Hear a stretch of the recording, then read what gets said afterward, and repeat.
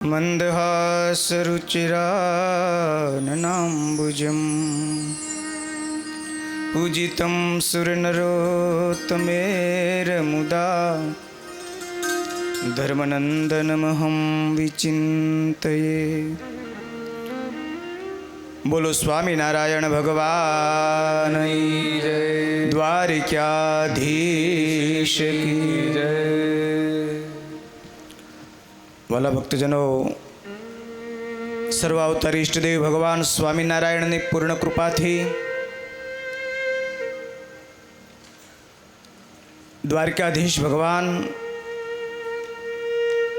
एमनी कर्मभूमि एवं द्वारका भूमि पर पूज्यपाद गुरुवरिश्रीना शुभ संकल्प थी आ द्वारका धाम में अद्भुत महोत्सवनु निर्माण थयुं। खूब संतो पधार्या। अत्रे पधारेला पूज्य गोविंद स्वामी, पूज्य चंद्रप्रकाश स्वामी, पूज्य माधव स्वामी, केशव स्वामी, हमारे बाल मुकुंद स्वामी, सर्वे संतो वाला भक्तों बधाने खूब खूब हेतपूर्वक जाजा थी जय स्वामीनारायण। केम छो बधाए भक्तों? याद राखजो पूज्यपाद गुरुवरिश्रीनी 425મી श्रीमद सत्संग जीवन ग्रंथ की कथा। आ श्रीमद सत्संग जीवन ग्रंथ ने एक जन जन समुदाय सुधी पहोंचाड्यो होय ने तो पूज्यपाद गुरुवरिश्री है। एक वखतनो जमानो एवो हतो, एक वखत एवी वातो थती कि भाई सत्संग जीवन ग्रंथ की कथा जाहिर में थाय तो पब्लिक न थाय। आजे ए मान्यता ने पूज्यपाद गुरुवरिश्रीए खोटी करी नाखी।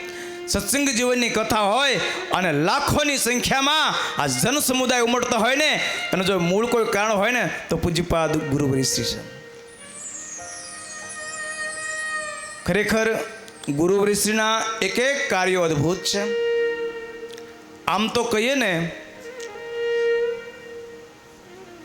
तो खरेखर गुरुवरिश्री से एक निर्माण अवतार है। एना एक एक कार्यो जो नकरा द्वारकानी भूमि पर आवड़ो मोटो महोत्सव 600 बाय 200 नो डोम आवड़ो मोटो अने आ भूमि पर आवड़ो मोटो महोत्सव अने एने आ भरचक राखो ये कोई सामान्य बाबत नहीं। पण याद राखजो आवा महापुरुषों में रही स्वयं ठाकोरजी कार्य करता होय त्यारे आवा निर्माणों थता होय छे। पूज्यपाद गुरुवरिश्री ने आपणे प्रार्थना करिए, ताली के साथ गाइए।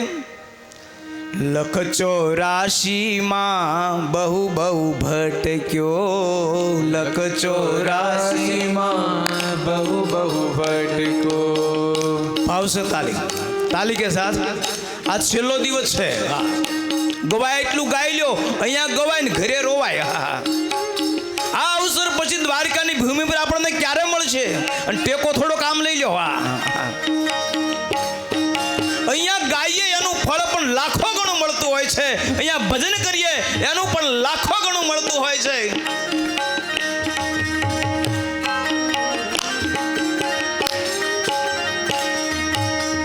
लख 84 मां बहु बहु भटक्यो, लख 84 मां बहु बहु भटक्यो।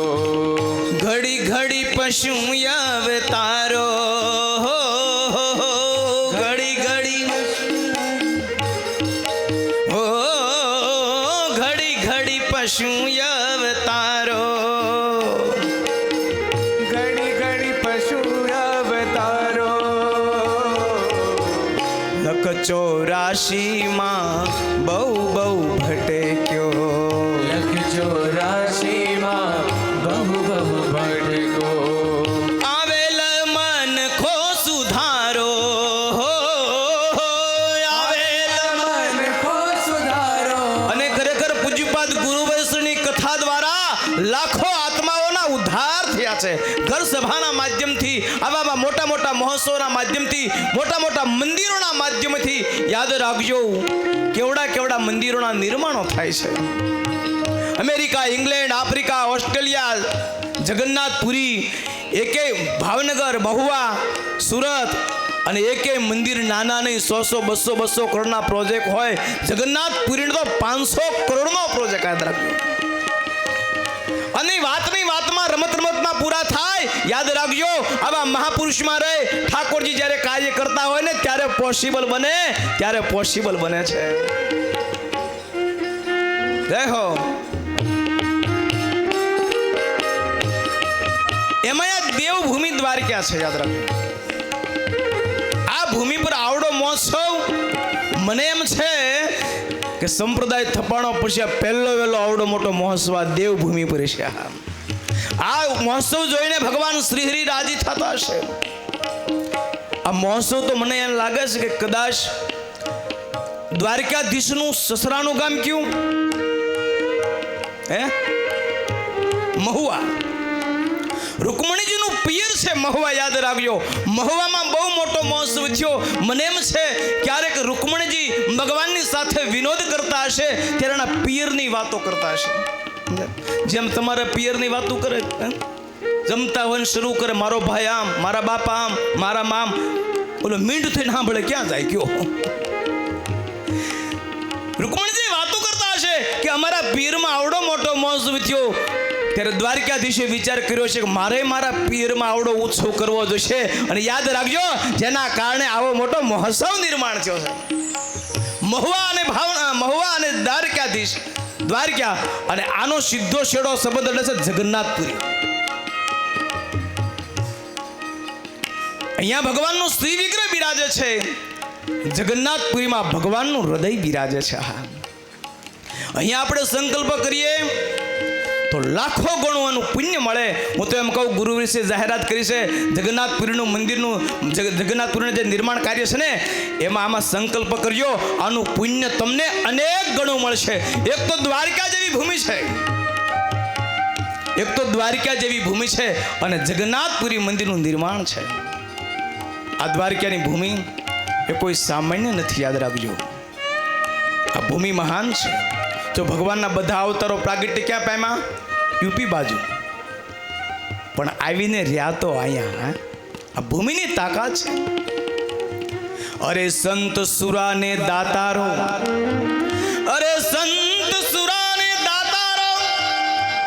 વળી સુદામાને કેમ ભૂલાય.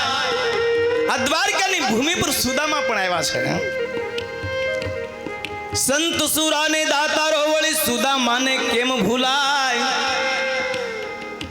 સંત સુરાને દાતારો, વળી સુદામાને કેમ ભૂલાય. એનો મનનો મેરામણ છલકાય. એ સ્થિતિ કાઠિયાવાડીની છે. કાઠિયાવાડની તાસીર છે. યાદ રાખજો, આ ગુજરાતની ભૂમિની તાસીર છે. યાદ રાખજો, દુનિયાના 350 દેશ છે, પણ 350 દેશોમાં બેસ્ટ હોય ને તો વહી હે ભારત, હે. અને ભારતમાં શ્રેષ્ઠ હોય તો ગુજરાત, અને ગુજરાતમાં શ્રેષ્ઠ હોય ને તો આ ભૂમિ સૌરાષ્ટ્ર, કાઠિયાવાડા ભૂમિ. હા, ભગવાનના બધા અવતારો ત્યાં પ્રાગટ્ય પામ્યા, પણ આવીને તો અહીંયા રહ્યા છે. એ આ ભૂમિની તાસીર છે. ભગવાન શ્રી છપૈયામાં પ્રગટ્યા, પણ આવીને ગરડા રહ્યા. દ્વારકાધીશ ભલે ઉત્તર પ્રદેશમાં પ્રાગટ્યને પામ્યા, ગોકુળમાં તો ગમતું હતું. અરે ગોકુળમાં તો ગમતું હતું, પણ મથુરાથી ભાગ્યા. ગોકુળમાં તો ગમતું હતું, પણ મથુરાથી ભાગ્યા. રણ છોડીને રણછોડ થયા. ઈ કૃષ્ણ પણ કાઠિયાવાડી છે. આ ભૂમિની તાસીર છે, બહુ અલૌકિક છે. યાદ રાખજો, પૂજ્યપાદ ગુરુવૃશ્રી દ્વારા આવા અદ્ભુત નિર્માણ કાર્યો થઈ રહ્યા છે. ખરેખર મને લાગે છે ન નામમાં તાકાત જ એવી લાગે છે. પૂજ્યપાદ ગુરુવૃશ્રીનું નામ ન ઉપરથી છે, પણ ન શબ્દ જ બળ્યો છે. પૂજ્યપાદ ગુરુનું નામ ન ઉપરથી આવે. પૂજ્યપાદ નિત્યશ્રદ્ધાજી સ્વામી, નરેન્દ્રભાઈ મોદી. યાદ રાખજો, ન શબ્દ જ બળ્યો છે. અને આઈના કથાના યજમાન પણ નાકરાણી પરિવાર છે. યાદ રાખજો, નાકરાણી પરિવાર, ન્યાલકરણ પરિવાર, નિસર. યાદ રાખજો, આ ન નામ જ બળ્યું છે. આ ભૂમિ પર આ યજમાનોએ પોતાની ભૂમિ આવા કાર્ય, પોતાના દાન આવા સંપત્તિ આવા કાર્યમાં વાપરી લાખો લોકોને લાભ અપાયો છે. એક વખત આ તમામ યજમાન પરિવારોને પણ તાળીઓનાથી વધાવીએ. અમારે પૂજ્ય બાલમુકુદ સ્વામી વગેરે બધાએ સંતોએ અહીંયા પૂજ્યપાદ ગુરુવરશ્રી પધારે એ પહેલાં 1 મહિનાથી અગાઉ રહી ખૂબ દાખલો કર્યો છે. તે મારે બાલમુકુદ સ્વામી બધાએ સંતોને પણ તાળીઓના નાદથી વધાવીએ. અને પૂજ્યપાદ ગુરુવરશ્રીને તો જેટલી તાળી પડે એટલી ઓછી છે. જો આવા મહાપુરુષ ન હોત તો આપણે દ્વારકાની ભૂમિ પર લાવત કોણ?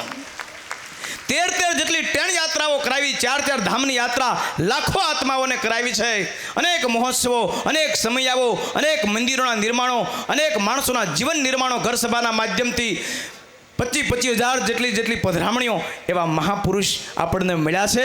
ખરેખર આપણે ભાગ્યશાળી છીએ. એવા મહાપુરુષના માધ્યમથી આપણને આવા સમયા મહોત્સવનો લાભ મળે છે. આ મહોત્સવ પણ જો અંતકાળે યાદ આવી જાય તો આપણો બેડો પાર થઈ જાય. એટલું કહી અને મારી વાણીને વિરામ આપું છું. બોલો સ્વામિનારાયણ ભગવાન.